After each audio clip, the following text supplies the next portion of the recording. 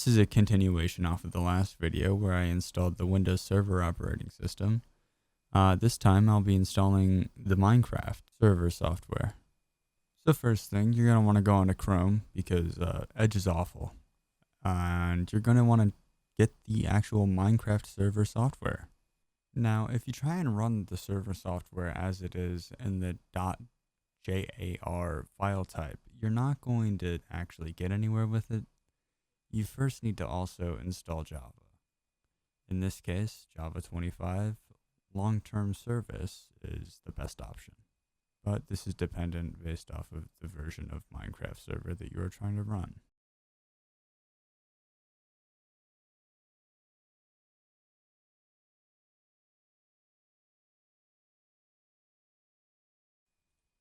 Alright, now that we have Java installed, we can actually run the MinceRaft server launcher. But before we even do that, I highly suggest putting it into a new folder and naming it something reasonable. That way you can identify it later on.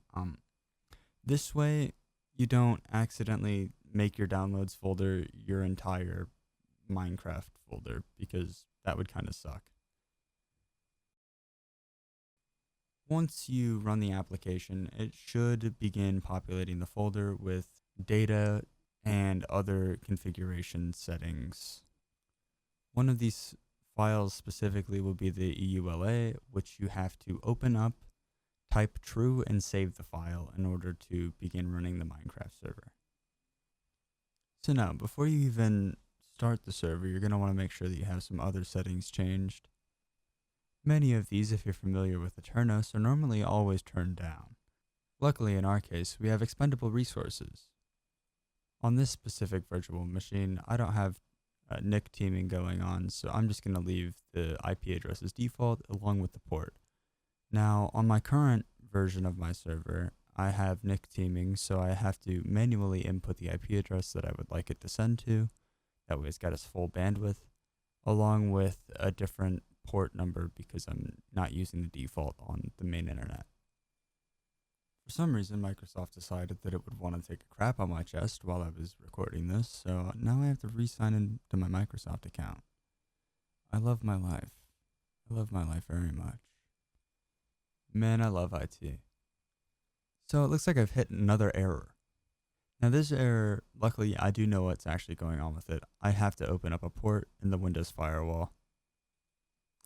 Now, I don't completely recommend doing this unless you have a background in computers in general and cybersecurity. Otherwise, you may end up with Jafar stealing all of your files and encrypting them. Now that I've got the ports opened up on the server, I can now connect from my main PC. Pretty awesome.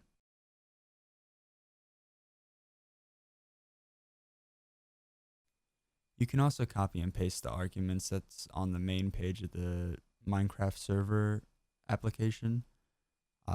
This allows you to change the amount of RAM that you have allocated. I was wondering, what's the recommended amount of dedicated RAM I should have to the server?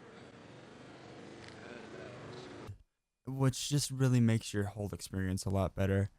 You can also add in extra arguments for garbage collection, which makes memory drops a lot less of an issue. To do this, you start with a text file by right-clicking the screen, New Text File, and then you just copy and paste the arguments within that file. After that, you want to save it, and then you're going to want to rename it like something like Startup or anything like that. It doesn't really matter.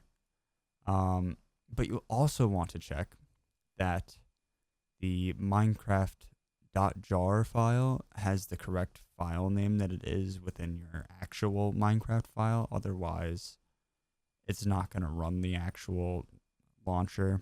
So it's a good thing to point out. But once you've done this, you're going to want to rename the file extension to .bat rather than .txt. This makes it a batch file. That way it just runs upon clicking on it or executing it. So now what I've got pulled up is actually a live build that I have currently running on my server.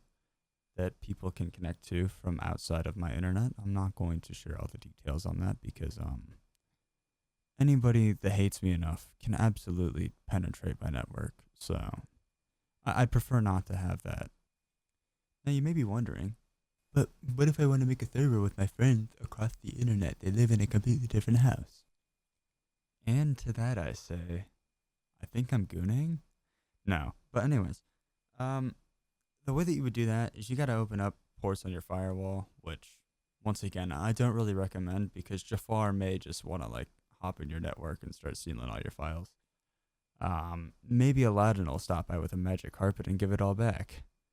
But if you do want to do that, here's how you do it on some pretty fancy equipment because Netgear's just kind of a pain in the ass.